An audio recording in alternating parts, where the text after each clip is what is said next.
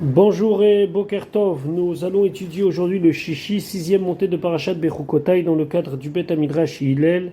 Bet Hamidrash fondé à la mémoire du Rav Hillel Pevzner Zichrono Livracha. Notre étude commence au Perek Chav Zayin, 27e chapitre du livre de Vaikra, Pasuk Chav Bet, verset 22. Maintenant la Torah va nous parler du cas où quelqu'un vend un champ qu'il a acquis. Donc je m'explique, Reuven a un champ de famille, ce qu'on appelle Sede Achouza. Lui, il l'a vendu. La personne qui l'a acheté l'a rendu Ekdesh, l'a sanctifié au Bet Hamikdash. Là, on sait que c'est différent. Entre Sede Achouza, si directement le propriétaire du champ de famille l'a sanctifié, ou bien il l'a vendu à une personne qui l'a sanctifié. Voyons ce que nous dit la Torah.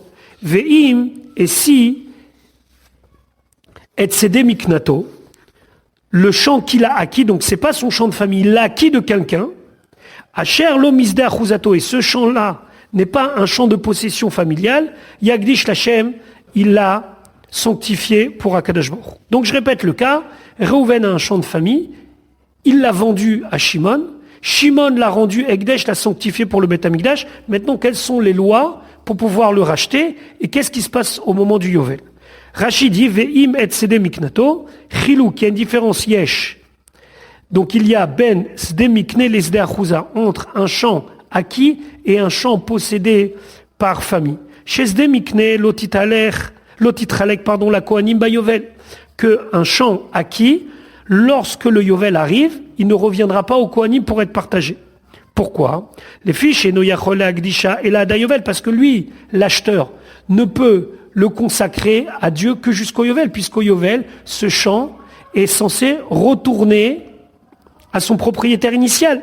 Charé, ba Yovel, Aïta, Tida, Latzet, Miyado, puisque de toute façon au Yovel, même s'il n'avait pas sanctifié, ce champ serait sorti de sa main, Velachouv la Béalim, et serait revenu au premier propriétaire. Les Fichar, c'est pour cela. Imba le Goala, s'il vient racheter le champ qu'il a sanctifié, Yigal Badamim Alelu, il va le racheter avec la somme d'argent à Ketsuvim Lisda Achouza, qui sont réservés, qui sont fixés pour un Sda Achouza. On a déjà vu le calcul précédemment. Imlo Yigal, et si lui il le rachète pas, Vim Kerena Gizbar Leacher, il y a toujours la possibilité pour le trésorier du Bet Hamikdash de vendre à quelqu'un d'autre. O Im Yigal ou bien ça soit lui-même qui rachète. Qui? Le Magdish, celui qui a rendu Ekdesh. Mais de toute façon, Bishnata Yovel, au moment du Yovel, Yashuv Asadeh, le champ retourne la Asher Kanaou Meito, à celui que lui a vendu. Ça veut dire qu'il a acheté de lui. Ça veut dire le premier propriétaire, Reuven, dans l'exemple que j'ai donné. Oto Sheikdisha, celui qui a rendu Ekdesh. Ça veut dire, celui qui a rendu Ekdesh devra rendre à celui de qui il a acheté. Pen Tomar, peut-être tu vas dire la Asher Kanaou, celui à qui il l'a acheté, Halokea Chazea Acharon Meito, cet acheteur-là, le dernier de qui il a acheté, Vezeu Gizbar, c'est le Gizbar, c'est le trésorier. Les Kachutzrar, c'est pour ça, on a eu besoin, l'Omar, de dire la Asher Lo Achuzataretz, attention, au moment du Yovel, ça revient pas un cran en arrière, ça veut dire que l'acheteur donne à la dernière personne qui lui a vendu. Non, ça revient au début de la chaîne à celui à qui la terre est possédée, mais Yerushatavot depuis l'héritage de ses ancêtres. Fezeu Baalim Arishonim, Shemachou la Magdish, ça ce sont les propriétaires qui l'ont vendu à celui qui l'a rendu Ekdesh. Donc, à Reuven pour l'exemple que j'ai donné. Je vous signale que si c'était Reuven lui-même qui avait rendu Ekdesh, ça aurait été complètement différent. Mais là, Reuven, il a vendu le champ à Shimon. Shimon l'a rendu Ekdesh, l'a sanctifié. Là, le din, il est complètement différent. Pasuk Chaf Gimel. Vechishavlo HaKohen. Et le Kohen va lui calculer et mirsat aerkecha, donc le compte de la valeur, ad shenata Yovel, jusqu'à l'année du Yovel. Combien d'années il va rester? Donc il payera, comme on a vu précédemment, un shekel plus un pundion par année, Venatan et Taerkecha Bayoma, où il donnera la valeur ce jour-là, Kodesh Lachem, sanctifié pour Dieu. Pasuk Ravdalet. Maintenant, que se passe-t-il l'année du Yovel? Bishnata Yovel, pendant l'année du Yovel, Yashuv Hasadeh, le champ, il retournera, la Asher Kanaou Meito, de celui qui a acquis de lui. Ça veut dire de celui à qui appartient le champ, la sherlo achuzatar est celui dont c'est la propriété de la terre, c'est-à-dire un héritage familial. Pasuk Rafé. Maintenant, la Torah va nous dire quelle est la valeur de ce shekel HaKodesh. Vechol erkecha, et toute évaluation, yé beshekel HaKodesh, ce sera beshekel HaKodesh, esrim gera, 20 gera, yé hashakel, ce sera la valeur de ce shekel. Rashi, vechol erkecha yé beshekel HaKodesh, je suis au pasuk Rafé, kol erkecha, toute détermination de valeur chez Katouf Bo, Shkalim, où c'est marqué Shkalim, Yebe Shekel HaKodesh. Ça soit une valeur, une unité de valeur qui s'appelle le Shekel HaKodesh. Ce Shekel HaKodesh correspond à Esrim Gera. Rachid expliquait Esrim Ma'ot. Gera, c'est la même chose que Ma'a. 20 Ma'a ou 20 Gera, mais c'est la même unité de valeur, ça fait un Shekel HaKodesh. Car Imetrila, ça c'était au début, à l'époque de Moshe Rabbeinu. Ou la Mikem et après, à l'époque du deuxième temple, au Sifushtut, pour augmenter la valeur du Shekel HaKodesh, ils ont rajouté la valeur d'un 6e par rapport à la valeur initiale du Shekel HaKodesh. C'est la raison pour laquelle nos Chacham disent, Amrou Abotenu, Shesh Ma'a Kesef Dina, Esrim Ve'arba Ma'ot Lesela. Donc à partir de maintenant, c'est 6 Ma'a Kesef dans chaque dinar, et 24 ma'ot pour un sela. Ça veut dire que ici, c'est des taux de conversion où on voit qu'il y a une augmentation de valeur par rapport au shekel HaKodesh. Ça correspond à, si on peut s'exprimer ainsi, une espèce d'inflation des choses qui font que, entre l'époque de Moshe Rabbeinu et du Beit Sheni, on a vu que le shekel HaKodesh n'avait pas la même force de pouvoir d'achat. Donc on a décidé d'augmenter un petit peu la valeur du shekel HaKodesh. Pasuk Chaf Vav. Maintenant, on revient à nos lois de sanctification d'une bête. Ar seulement, Bechor Asher Yevukar Lachem, une bête premier-née qui est réservée à Dieu. Bivhema parmi les bêtes, Lo Yagdish Ishoto, un homme ne pourra pas la sanctifier, Imshor Imse, que ça soit un shor, un taureau Imse ou un agneau, la Shem ou c'est pour Dieu. Lo Yagdish Ish Oto, les Shem Korban Acher pour un autre Korban, les Fine Sheno Shelo, c'est pas lui. Le Bechor appartient directement à Hachem. Pasuk Rav Zayin, Ve'im Bavehema Atemeha, si maintenant on parle d'une bête impure, ou Fada Be'erkecha, que tu l'as racheté selon la valeur, Ve'yasaf Ramishito Alav, il va rajouter 1/5 de sa valeur, puisque c'est lui-même qui la rachète, Ve'im Lo Yigael, et si ce n'est pas lui qui la rachète, Venim Karber Kecha, ce sera vendu selon la valeur. C'est-à-dire, toujours le même principe, on avait vu ça dans les psukim précédents, si c'est lui qui rajoute, alors il doit rajouter une partie par rapport à ce qui a été évalué. Rashi Chavzain, Vim Babehema Hatmea. Ici, Rashi nous précise, En Amikra Ze Mosavala Bechor. Ce pasuk-là n'est pas lié avec le pasuk Ravav qui nous parlait du din de Bechor. On se rappelle que dans le pasuk Ravav, Akadosh Baruch Hu dit qu'un animal qui est Bechor, donc déjà consacré à Dieu, on ne peut pas nous le consacrer à un autre korban. Quel est le rapport alors avec le pasuk Rav Zayin? Rashi nous dit qu'il n'y a aucun rapport. Ici on parle de quelqu'un qui veut sanctifier une Behema Tmea. Et pourquoi ça ne peut pas être un Bechor? Charé en lomar bifror Behema Tmea, parce qu'on ne peut pas parler ici du Bechor, du premier-né d'une Behema Tmea, ou Fada Berkecha qu'on rachètera selon la valeur, parce qu'il n'y a pas de cas pareil. Il y a un seul cas de Bechor Behema Tmea, c'est celui du Chamor. Et Rashi nous dit, va Chamor enze, et ça ne peut pas être ici le cas du Chamor. Charé en pidion peter Chamor, parce que dans le cas où on rachat le rachat du premier-né de l'ânesse et la talée, on est obligé de l'échanger avec un mouton. Donc, c'est pas le cas ici, puisque ici, c'est un rachat qui se fait par de l'argent. Veu matana la Kohen, et dans le cas du Peter Chamor, quand on rachète le Chamor, il est donné en cadeau au Kohen, Veno la Ekdesh, et ça ne revient pas à la caisse centrale du Bet Amikdash de Ekdesh.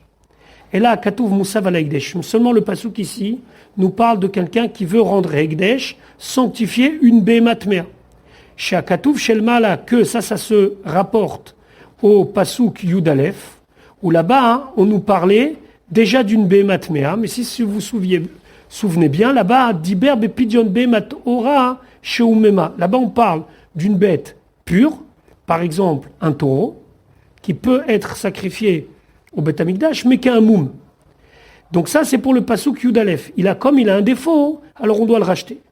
Kan, ici dans le Pasuk Ravzaïn, Diber, on parle Bemakdish Behematmea, quelqu'un qui sanctifie une Behematmea. Par exemple, il prend un cheval, il dit, ce cheval, je le sanctifie au Beth Amikdash, les Bedek Habayit. Ça va à la caisse du Bedek Habayit, ça va à la caisse centrale du Beth Amikdash. Et à ce moment-là, où Fada Berkecha, il devra le racheter selon la valeur Kefima chez Yarichena Kohen. Rachidi, selon ce que le Kohen va évaluer.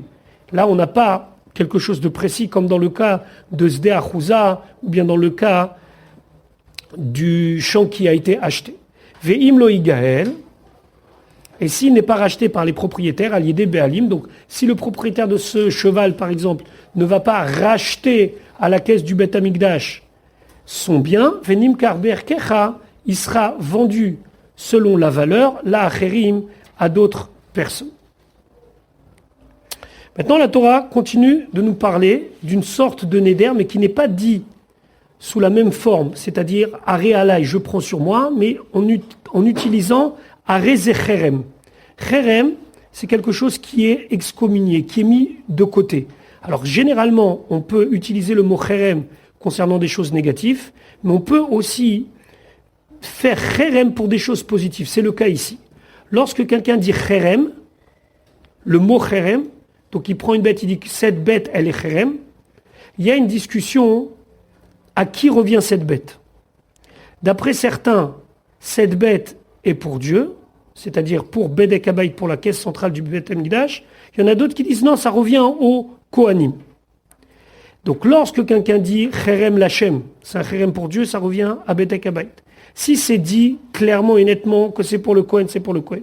Mais quand il dit Stam Aré Cherem, alors il y a une machloket chez nos Chachamim. D'abord, voyons le pasuk. Pasuk Rafret. Ak kol cherem. Tout cherem. Donc, quelqu'un qui a consacré quelque chose avec le mot cherem. Asher yacharim ish lachem, qu'un homme va consacrer à Dieu. Donc, on va voir dans Rashi les deux manières d'expliquer ce pasuk. Mikol asherlo, de tout ce qui lui appartient. Mais Adam ou Vema, d'un homme ou d'une bête. Ou misda chuzato, ou bien d'un champ qui possède en héritage familial, lo yimacher velo igel, ni sera vendu à quelqu'un d'autre, et ni pourra être acheté par ses propriétaires. Kol cherem, tout cherem, kodesh, kadashim ou lachem, il est sanctifié pour Dieu. Rashi, ach kol cherem. Ici, c'est quelqu'un qui fait un éder en employant le mot cherem. Donc s'il dit cherem la Kohen, ça revient au Kohen. S'il dit cherem lachem, ça revient à Hachem. Ici, il a dit Aré Zecherem, mais il n'a pas précisé à qui. Nechleko rabotenu badavar, nos chachamim, ils sont machloket. Yesh omrim, il y en a qui disent Stam charamim la hekdesh. Quand tu dis charam, cherem, juste comme ça va au hekdesh, ça va à la caisse du Beth Amikdash. Ou ma'ani bekayem. Alors comment j'accomplis le pasuk que l'on va voir plus tard dans le Sefer Bamidbar, kol cherem be'Israël lechaye, que tout cherem qui est fait par un juif revient au Kohen. Rachid expliquait, Bechemre Kohanim. Ça parle d'un cherem qui est consacré au Kohanim, c'est-à-dire, chez Peresh Ve'amar, il a dit clairement, Aré Cherem la Kohen. Ça, c'est le premier avis de Rabotenu. Il y a chez Amrou qui ont dit non. Stam Haramim, lorsqu'on a un cherem, ça revient au Kohen. Donc, le pasuk ici parle que tout celui qui consacre et qui dit Ko Cherem, Aré Cherem, ça revient au Kohen.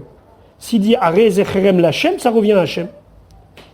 Et là, il y a un chidouche, que c'est impossible maintenant, ni de racheter, ni de vendre cette chose-là. Et là, seulement, Inaten la Kohen, ça doit être donné au Kohen. Maintenant, Rashi revient sur les psukim. Les divrei à Omer, d'après celui qui dit Stam, Charamim la Kohanim, qu'on fait un cherem, sans préciser à quel est le destinataire, c'est-à-dire qu'on dit Aré Cherem, ça revient au Kohanim. Mais Faresh Mikrazé, il va expliquer ce pasouk, Bistam Charamim, dans le cas où il a dit simplement Aré Cherem, et ça va au Kohanim. Va Omer, et d'après celui qui dit Stam Haramim le Bedek Habayit, que lorsqu'on dit Aré Cherem sans préciser le destinataire, ça revient à la caisse du Beth Amikdash, mais Faresh Mikrazé, il explique ce pasouk-là, Bechemre Kohanim, que ici il a consacré en disant clairement que c'est pour le Kohen. Chez Akol Modim, que tout le monde est d'accord, chez Hermé Kohanim en Laim Pidyon, que les Haramim qui sont destinés au Kohen, ils n'ont pas de rachat. Ad Shiavo Liat Kohen, jusqu'à que le Kohen les récupère. Vechamre Gavo Anivdim, alors que quand c'est consacré à Hachem, ça peut être racheté. Kol Cherem Kodesh Kadashim, ou à Omer, celui qui dit Stam Haramim le Bedek Abaïd, que normalement quand on dit à Rezo Cherem, c'est pour la caisse du Bet Amikdash, Mevi Raya Mikan, il amène une preuve de ce pasouk là, parce que qu'est-ce qu'on dit dans ce pasouk? Kol Cherem, toute fois que tu dis Cherem, Kodesh Kadashim ou l'Hachem, c'est pour Dieu. Va Omer Stam Haramim la Kohanim, maintenant celui qui dit que lorsqu'on dit Cherem, c'est pour les Kohanim, mais Faresh il explique Kol Cherem Kodesh Kadashim ou les Lamed, c'est pour nous enseigner Shechemre Kohanim Chalim Al Kodesh Kodashim Ve'al Kodashim Kalim. Pour nous dire qu'on peut faire Cherem pour un Kohen, même si c'est Kodesh Kodashim ou des Kodashim Kalim. Comme par exemple un Ola ou un Shlamim, Venoten la Kohen et on donne au Kohen. Comme on a enseigné dans Masechet Erkin. Im Neder, si c'est un Neder, Noden Demehem, il donne sa valeur. Veim Nedava, et si c'est une Nedava, Noten et Tovata, il donne le droit au Kohen de pouvoir faire comme bon lui semble. Il y a aussi d'autres nafkaminot, il y a d'autres différences. Est-ce que je suis obligé de rembourser la bête ou pas? Mais Adam, Kegon, Sheichmir Avadav, Ve Shvichotav Akenanim. Comment je peux faire Cherem d'un homme? On parle ici que la personne, il est propriétaire d'un Eved Kenani, et il dit, ce Eved Kenani, je le fais Cherem. S'il le fait Cherem, alors on a vu les conditions, est-ce que c'est un Bedek Habayit? C'est le Bedek Habayit, donc c'est la caisse centrale du Bet Amikdash qui devra vendre, ou bien c'est au Kohanim, et là le Kohanim fera comme bon lui semble. Voilà pour aujourd'hui, nous nous retrouvons demain, Bezrat Hashem, pour la suite de l'étude de notre paracha.